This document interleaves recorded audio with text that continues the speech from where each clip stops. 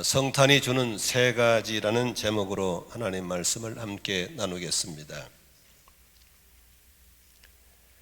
성탄절에는 오늘 우리가 좀 꼭 받아야 할 세 가지 3기에 대해서 말씀을 드리고 싶습니다. 어떤 심리학자가 한 3,000명 정도의 사람들을 만나서 무작위로 만나서 설문을 조사했는데, 무엇이 오늘 당신이 쓰러지지 않고 버티게 하고 있는가에 대한 질문했을 때 그들이 94%가 이렇게 대답했습니다. 무엇인가 희망을 가지고 기다린다는 겁니다. 무엇인가 기다림이 나를 지금을 지탱시켜 준다고 하는 것입니다. 요새 뉴스에 보면 극단적인 사람들이 많이 나옵니다.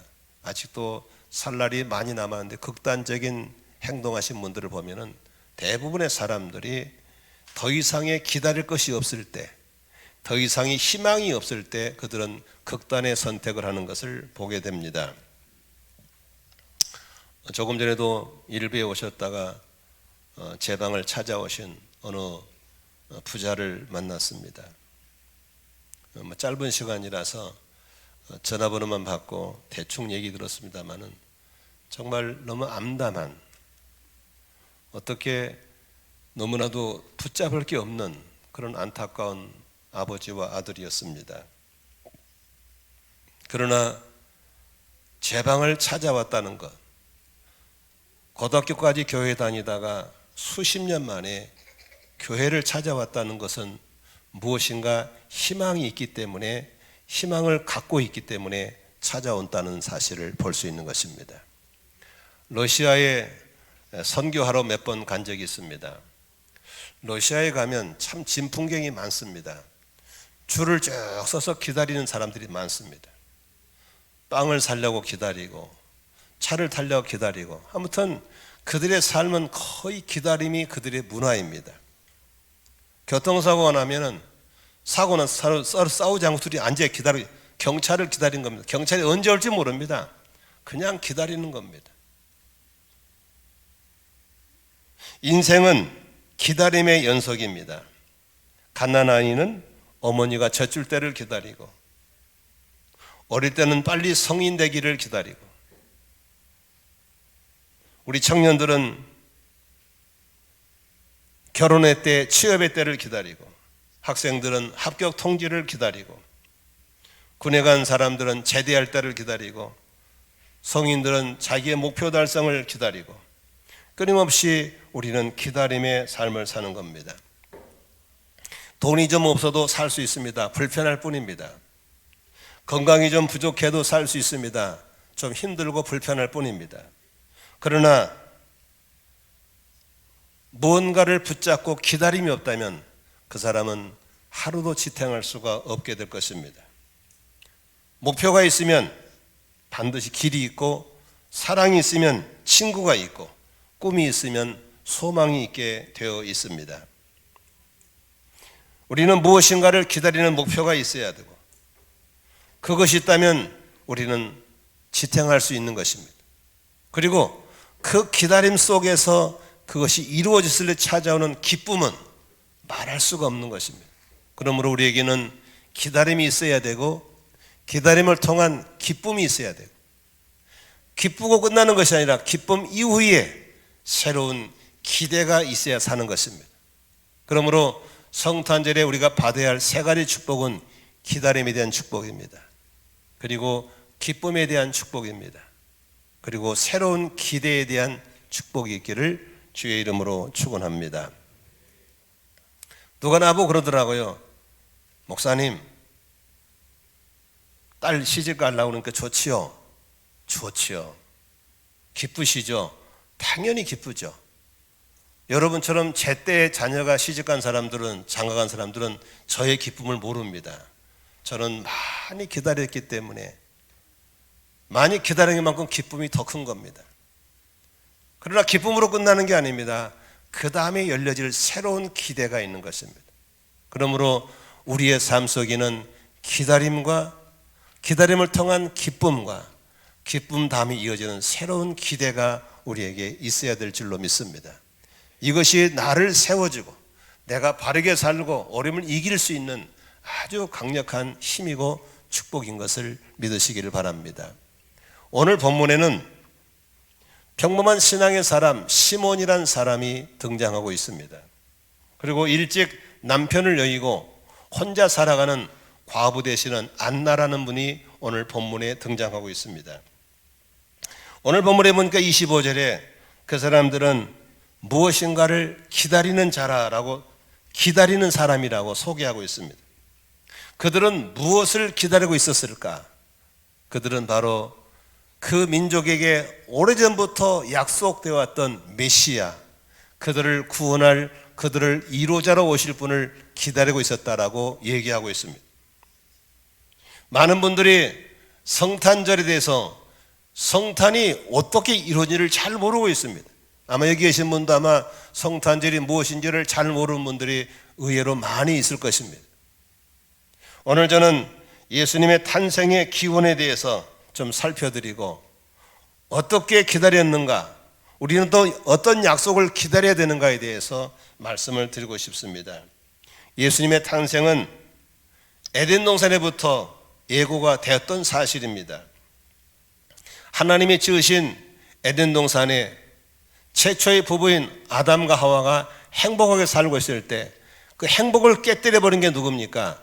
뱀을 통한 사탄 마귀의 죄의 유혹이었습니다. 아무리 부부 사이가 좋아도 죄가 들어오면 깨지게 되어 있습니다. 오늘 수많은 가정이 깨어지고 교회가 깨어지고 남북이 분열되고 노사가 분열되고 많은 이 분열은 모두가 다 죄 때문이라는 사실을 아셔야 되는 겁니다. 그래서 뼈 중에 뼈요 살 중에 살이든 지난 고백했던 사랑의 고백이 바로 이 여자 때문이라고, 그리고 그렇게 풍요로운 에덴동산의 축복이 가시형은 키우라고 수고하고 땀을 흘려야 먹고 사는 비참한 삶으로 전락했던 이유가 뭡니까? 사탄 마귀의 죄 때문인 것입니다.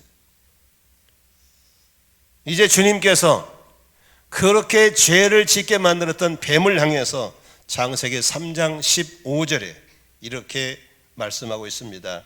내가 너로 여자와 원수가 되게 하고 너의 자손을 여자의 자손과 원수가 되게 하겠다. 여기서 여자의 자손은 너의 머리를 상하게 하고, 여기서 여자의 자손이 최초로 나옵니다. 모든 사람들은 남자의 씨로 나오는데 여기는 남자의 자손이 아니라 여자의 자손이란 말이 나옵니다. 이 여자의 자손은 뱀의 머리를 상하게 할 것이고 바로 죄를 짓게 했던 사탄 마귀의 머리를 깨부실 거라고 예언한 것이 창세기에 나옵니다. 그 예언을 계속해서 예언자를 통해서 전달하다가 구체적인 예언이 언제 나오냐면 예수가 이 땅에 오시기 700년 전에 이사야라는 예언자를 통해서 주신 예언이 아주 구체적으로 나오기 시작합니다. 이사야서 9장 6절에 이렇게 예언하고 있습니다. 한 아기가 우리를 위해 태어났다. 우리가 한 아들을 모셨다. 그는 우리의 통치자가 될 것이다. 그의 이름은 놀라우신 조언자, 전능하신 하나님, 영존하시는 아버지, 평화의 왕이라고 불려질 것이다 라고 이사야가 한 아기가 우리에게 오실 것이다. 그 한 아기, 한 아들은 바로 우리의 통치자가 될 것이다. 놀라운 조언자, 전능하신 하나님, 영존하신 아버지, 평화의 왕이라는 별명을 갖게 될 거라고 예수가 이 땅에 오시기 700년 전에 예언자를 통해서 예언이 왔습니다. 그리고 구약 성경의 마지막 장이라고 하는 말라기 선지자는 3장 1절에 짤막한 예언을 또 남깁니다. 내가 나의 특사를 보내겠다. 그가 나의 갈 길을 닦을 것이다. 이 특사가 누굽니까? 바로 세례 요한을 얘기하고 있습니다. 세례 요한이 올 것이다. 그가 예수가 오실 길을 닦아놓을 거라고 했습니다. 6개월 전에 세례 요한이 태어나서 예수가 이 땅에 오심을 이 땅에 알립니다. 그런데 정작 예수가 올 때는 어떻게 오셨냐?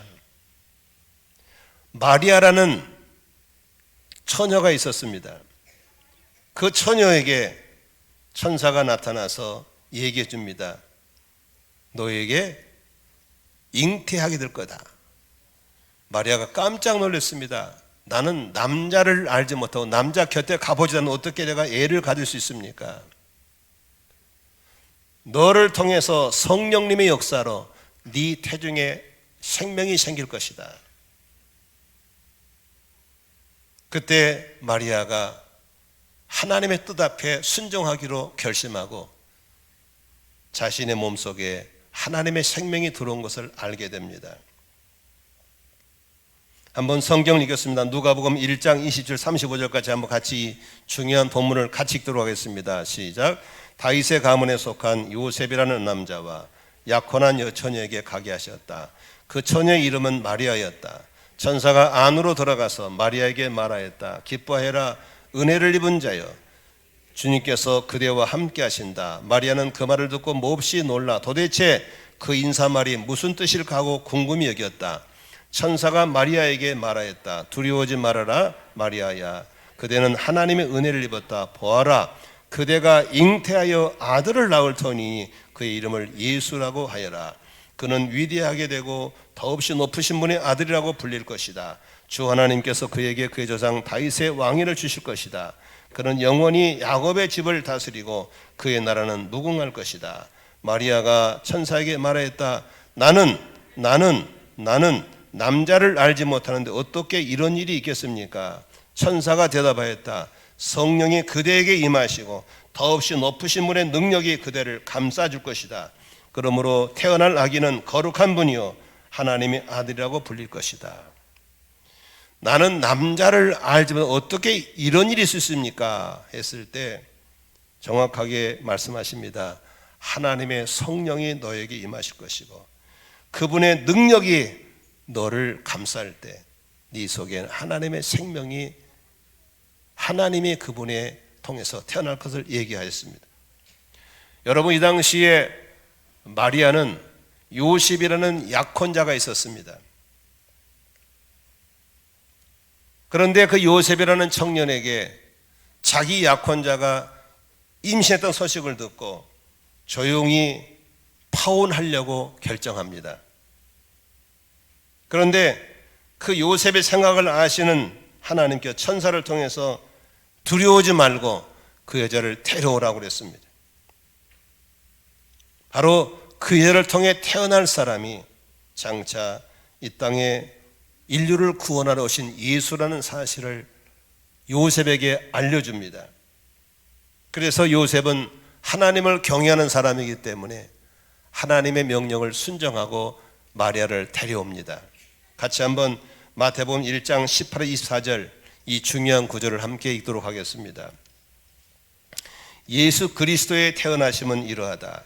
그의 어머니 마리아가 요셉과 약혼하고 나서 같이 살기 전에 마리아가 성령으로 잉태한 사실이 드러났다.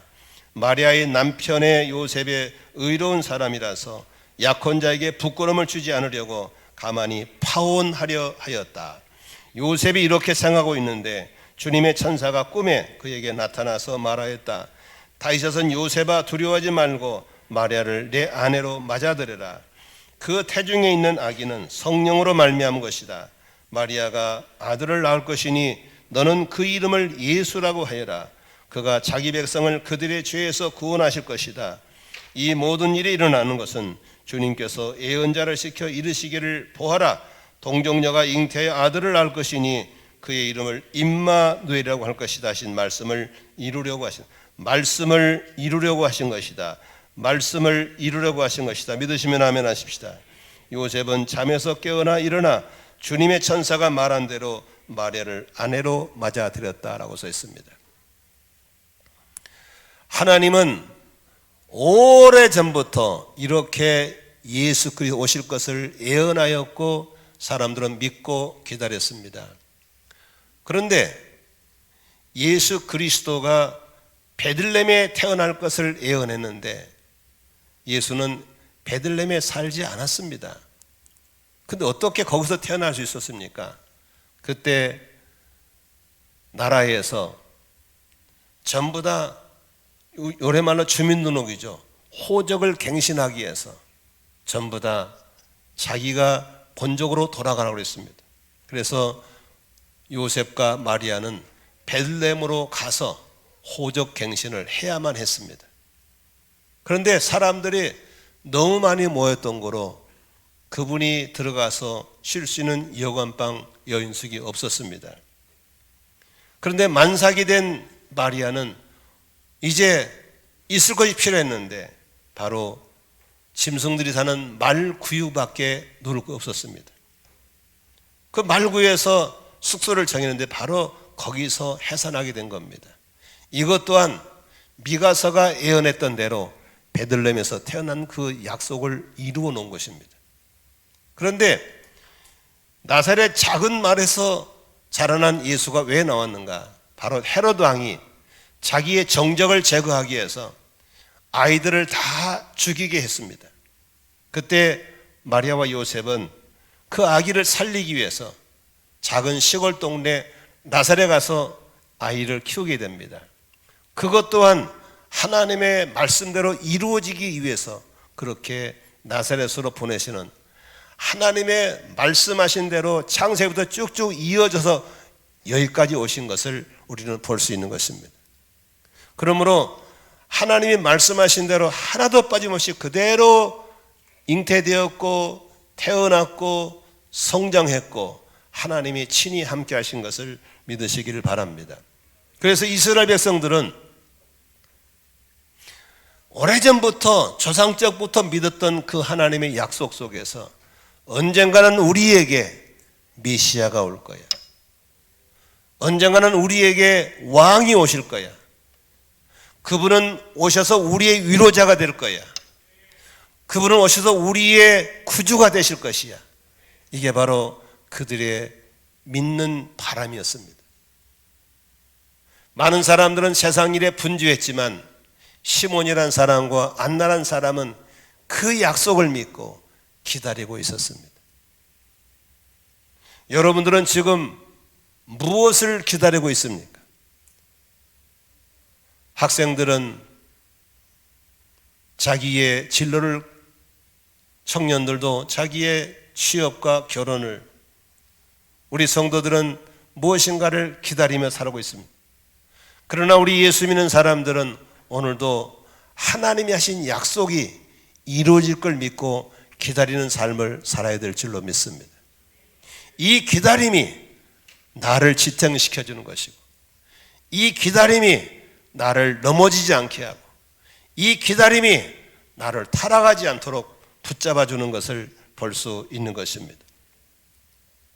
이 시몬이란 사람은 메시아를 기다리면서 성전 중심의 삶을 살았고, 이 안나라는 여자는 이 메시아를 기다리면서 과부된 지 오래됐지만 84세가 될 때까지 성전 중심에서 기다렸다라고 말하고 있는 것입니다. 사랑하는 성도 여러분, 우리는 지금 무엇을 기다리고 있습니까?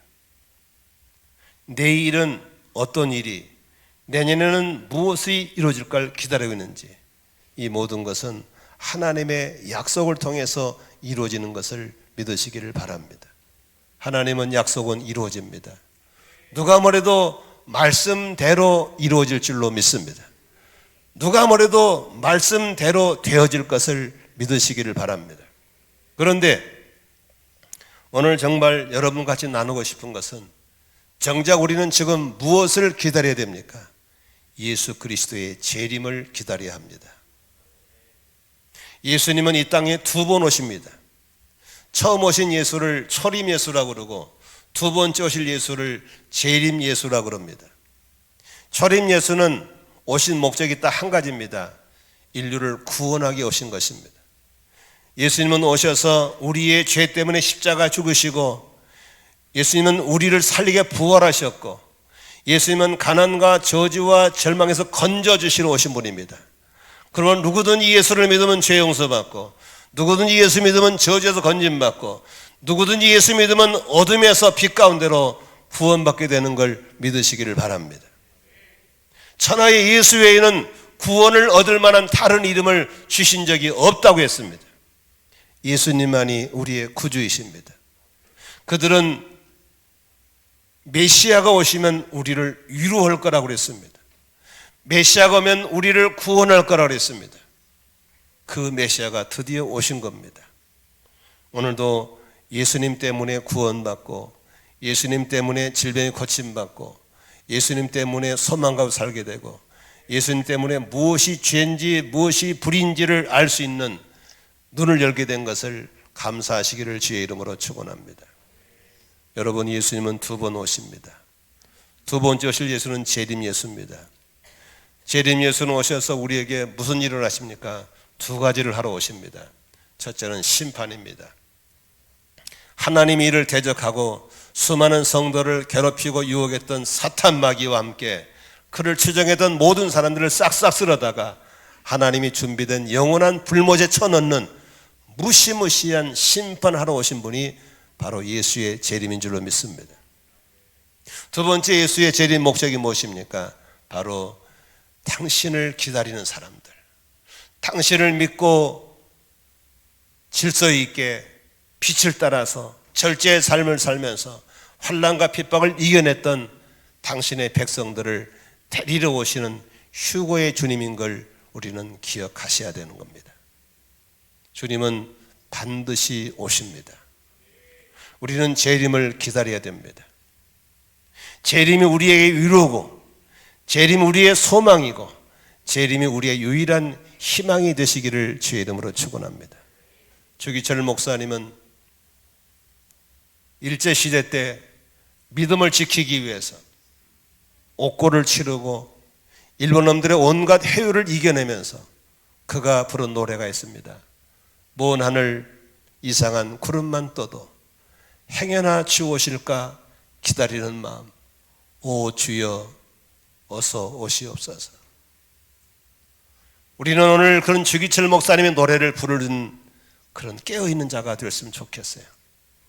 세상에 향락에 빠져버렸어요. 세상에 풍요에 빠져 허덕거리고 있어요.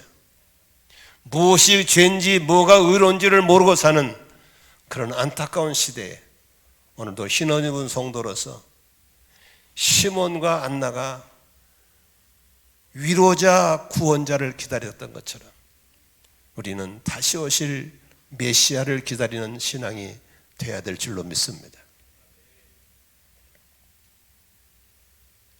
지금은 풍요한 시대, 그러면서 혼돈의 시대, 지구의 종말이 문 앞에까지 왔는데도 전혀 깨닫지 못하는 무감각의 시대에 살아가고 있습니다. 여러분은 지금 무엇을 기다리고 있습니까? 여러분, 이렇게 기다리다가 메시아를 만났을 때 얼마나 기뻤겠어요. 시몬이 아기 예수를 안고 이제야 내가 주님이 나를 낳아주시는구나 너무너무 기뻐했습니다. 안나는 얼마나 기뻐했겠습니까? 오늘도 여러분의 기다림은 반드시 기쁨이라는 선물을 안겨줄 줄로 믿으시기를 바랍니다. 기쁨을 주는 겁니다. 얼마나 기다렸던 취직이 됐을 때, 기다렸던 합격이 됐을 때, 꿈이 이루어질 때 얼마나 기쁩니까? 그 기쁨은 아무나 갖는 게 아닙니다. 기다림을 통해서만 오는 것이 기쁨인 걸 믿으시길 바랍니다. 전혀 기다리지 않는데 기쁠 리가 없는 겁니다. 메시아를 기다리지도 않았고 재림의 주를 기다리지도 않았고 더 나은 내일을 기다리지도 않은 사람에게는 뭘 찾아와도 기쁘지 않습니다. 나는 우리 성도들이 큰 기쁨을 맛보기 위해서 기다림이라는 축복이 있기를 주의 이름으로 축원합니다. 기다려야 됩니다. 저는 예수의 재림을 기다립니다. 예수님 외에는 어떤 것도 소망이 없습니다. 여러분, 정권이 바뀌면 소망이 있어요? 아닙니다. 누가 돼도 똑같습니다. 속으면 안 됩니다. 메시아가 오시면 그때 우리는 춤을 추며 노래하게 될 줄로 믿습니다. 오늘도 주기철 목사님처럼 그 메시아를 사모하고 재림을 사모하고 먼 하늘 이상한 구름만 떠도 주님 오실까 봐 사모했던 그 사모함이 있다면 재림 예수 때 우리는 춤추며 노래하는 날이 될 줄로 믿습니다. 그러나 자신의 심판의 날을 안 사탄 마귀는 갈수록 악해질 겁니다. 갈수록 사악해질 겁니다. 더 많은 사람들 유혹할 것이고, 더 많은 사람 넘어뜨릴 것이고, 더 많은 사람들은 죄로 끌고 갈 것입니다. 우리는 이 마지막 때에 큰 기쁨을 맛보기 위해서 오늘도 기다림의 절제 속에, 기다림 속에 깨어있기를 주의 이름으로 축원합니다. 여러분, 언제나 기쁨 다음에는 뭐가 있습니까? 기대가 있는 겁니다. 메시아를 만난 이후에 그들의 기쁨, 재림 예수가 온 기쁨이 뭡니까? 그 다음에 새로운 기대입니다. 하나님이 하실 일을 기대하는 겁니다. 메시아가 오셔서 이 땅을 어떻게 통치하는지, 그분이 오셔서 어떻게 우리를 구원하시는지, 어떻게 우리를 위로하시는지 우리는 새로운 기대감 속에 살게 될 줄로 믿습니다. 저는 우리 아이들이 이렇게 성장하면 좋겠다는 그런 기대가 바람이 있었습니다. 그게 안 이루어지면 애가 타고 답답하고 힘들었습니다. 그러나 희망의 끈을 놓지 않았습니다. 그러나 그것이 이루어질 때 얼마나 기쁜지 모릅니다. 너무 기쁘고 감사하죠. 그러나 그 기쁨은 잠시입니다. 그 다음에는 새로운 기대가 생기는 겁니다. 오늘도 성탄절에 사랑하는 교회 여러분, 성탄절의 기다림을 통해서 기쁨이 있기를 바라고, 기쁨을 통해 새로운 기대가 있기를 주의 이름으로 축원합니다. 근데 참 재미있는 것은 오늘 본문에서 이들은 어떻게 기다렸고, 어떻게 기쁨을 누렸고, 어떻게 새로운 기도 속에 있었을까? 우리에게 좋은 대안을 주고 있습니다. 성경 본문을 좀 보십시다. 25절에 그들이 이스라엘 받을 위로를 기다리고 있었고 라고 말씀 다음에 무슨 구절이 있습니까? 성령이 그에게 임하여 계셨다고 그랬습니다. 언제나 기다림의 은혜, 기쁨의 은혜, 새로운 기대는 성령님의 임재 속에서만 이루어지는 것을 믿으시기를 바랍니다. 성령의 임재 속에서. 두 번째 26절을 보니까 주님께 세우신 그리스도를 보기 전에는 죽지 아니할 것이라는 성령의 지시를 받은 사람, 성령의 지시라 했다 밑줄 치세요. 성령의 지시. 27절 보십시다. 그가 성령의 인도로 성전에 들어갔을 때 성령의 인도가 있었습니다. 언제나 재림을 기다리는 사람들, 약속이 이루어지고 기다리는 사람들, 더 나은 미래를 기다리는 사람들에게는 성령과 친밀함이 있어야 될 줄로 믿습니다. 성령의 임재, 성령의 지시, 성령의 인도, 성령의 순종, 이런 것들이 우리의 일상이 될 때 그 사람은 기다림의 축복과 기쁨의 축복과 더 나은 기대 속에 들어가게 될 줄로 믿습니다. 오늘도 예수 믿는 모든 사람 속에 들어와 있는 성령님, 그 성령님과 친밀하기를 주의 이름으로 축원합니다. 따라합시다. 성령님을 인정합니다. 성령님을 환영합니다.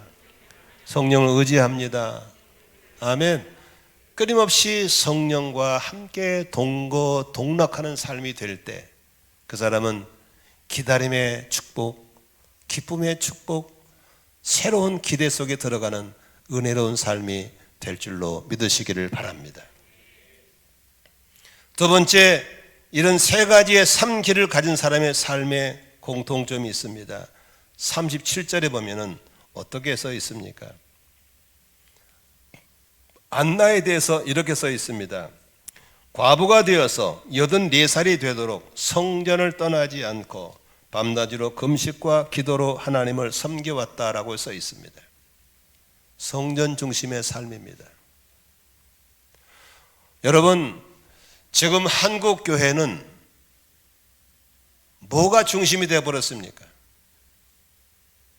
중심을 잃어버리면 떠내려가게 되어 있습니다.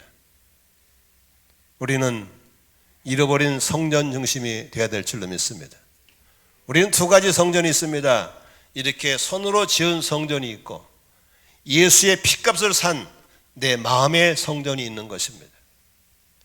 언제나 우리의 삶이 성전을 떠나는 순간부터 위험해집니다. 나는 금년에는 한 해를 잘 마무리하고 새해에는 여러분의 삶이 성전 중심의 삶으로 돌아오기를 바랍니다. 성령과 교통하고 한 번이나 더 왔다 가시고 더 와서 예배드리고 더 기도하는, 그래서 늘 성전이 만문이 들락거리는, 일주일에 한 번 다녀가시는 것이 아니라 여러분의 삶의 중심이 되기를 바랍니다. 구약 성경의 광야에서 성막 시절에 성막은 언제나 12지파의 장막 중심에 있었습니다. 성막에 세워지면 주변에 장막이 쫙 휘둘렀습니다.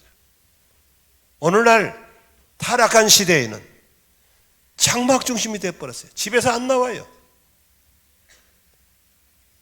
우리의 신앙생활 속에 기다림의 축복, 기쁨의 축복과 더 나은 기대는 바로 성령의 사람이 되어서 성전 중심이 되시기를 주의 이름으로 축원합니다. 마지막으로 37절에 보니까 안나는 어떻게 보냈습니까? 밤낮으로 금식과 기도로 하나님을 섬겨왔다라고 써 있습니다. 기도 중심입니다. 여러분의 기다림은 무엇으로 이루어집니까? 기도할 때 기다림이 더 아름다워지는 것입니다. 기쁨은 기도할 때 이루어지는 것입니다. 기쁨은 더 나은 기대를 부를 때 바로 기도를 통해 이루어지는 것입니다.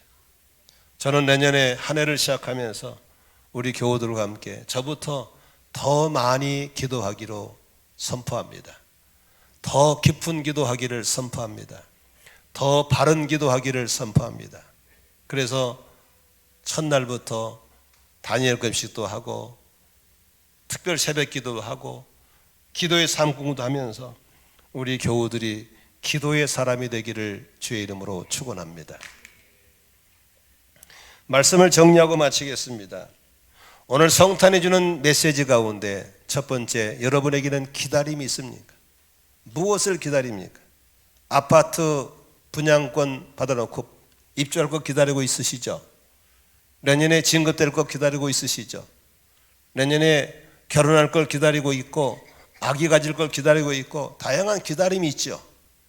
기다림이 지날수록 이루어질 때 성취의 기쁨은 더 큰 겁니다. 그리고 그 기쁨은 잠시지만 그 다음에 밀려오는 새로운 기대감이 또 우리를 행복하게 만들 것입니다. 그러나 전국적으로 우리 그리스도인들에게 있어야 할 영원한 기다림은 예수의 재림입니다.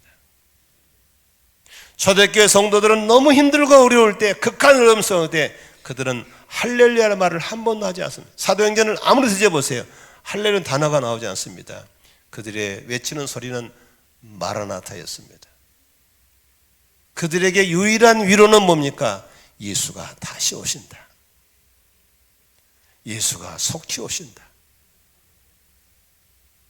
지금 우리는 조그만 성령을 통해 눈만 열어보세요. 지구가 얼마만큼 종말이 왔는지 매우 종말이 와 있습니다. 기후온난화 때문에 뉴스 나오시죠? 지금 미국 국민의 70%가 약 2억 4천만 정도가 지금 기후 재난의 위기에 빠졌습니다. 갑작스러운 한파 때문에 옷이 없어가지고 이불을 뒤집어 쓰고 나온 미국 사람 보셨잖아요. 기가 막힌 일입니다. 미국은 그런 나라가 아니었습니다. 전 세계가 이제 기후온난화, 지구동에서 인간이 살 수 없게 되어버렸습니다. 전쟁과 기근과 지진들이 뻥뻥 터져도 세상랑에 빠진 사람들은 지구의 종말이 가까운 걸 전혀 못 느끼고 있습니다. 얼마나 둔한지 모르겠어요. 여러분, 지금 매우 종말이 가까이 와 있습니다. 예수의 재림을 준비하시고 재림을 기다리시기를 주의 이름으로 축원합니다. 신앙생활은 어렵습니다. 이제는 돌멩이 맞고 욕을 먹고 불이익을 당할 시대가 왔습니다. 이게는 비결은 다른 게 없습니다. 타협 아니면 재림을 기다리는 신앙밖에 없습니다. 타협은 죽습니다. 예수의 재림이 우리를 이기게 할 것이고 견고케 할 줄로 믿으시기를 바랍니다. 다시 오실 예수를 기다리기를 바랍니다. 그날 마귀는 심판받고 우리는 들림받을 때 큰 기쁨과 감격으로 춤을 추게 될 날이 올 줄로 믿습니다. 여러분 기다리십시오. 더 나은 천국을 준비하고 우리를 예배로 오실 그 메시아를 우리는 꿈꾸며 기다리고 있는 것입니다. 성경 한 절 같이 읽고 마치겠습니다. 데살로니가 전서 4장 16절에 바울은 데살로 교인들에게 이렇게 말씀하고 있습니다. 함께 읽겠습니다. 주님께서 호령과 천사장의 소리와 하나님의 나팔 소리와 함께 친히 하늘로부터 내려오실 것이니 그리스도 안에서 죽은 사람들이 먼저 일어나고 그 다음에 살아남아 있는 우리가 그들과 함께 구름 속으로 이끌려 올라가서 공중에서 주님을 영접할 것입니다. 이리하여 우리가 항상 주님과 함께 있을 것입니다. 그러므로 여러분은 이런 말로 서로 위로하십시오. 아멘. 예수님은 다시 오십니다. 우리의 기다림 속에 다시 오실 것입니다. 약속은 반드시 이루어질 줄로 믿습니다. 예수가 오실 때 우리는 큰 기쁨 속에 맞이하게 될 것입니다. 그 기쁨은 잠시지만 그 위에 있을 하나님의 놀라운 새로운 기대 속에 들어갈 것입니다. 오늘도 신분에 맞는 삶으로 성전 중심으로 늘 금식하고 기도하면서 살아가시기를 바랍니다. 이번 성탄절에는 꼭 3기 기다림과 기쁨과 새로운 기대가 여러분의 선물 속에 들어가기를 주의 이름으로 축원합니다. 축원합니다. 우리 기도하겠습니다.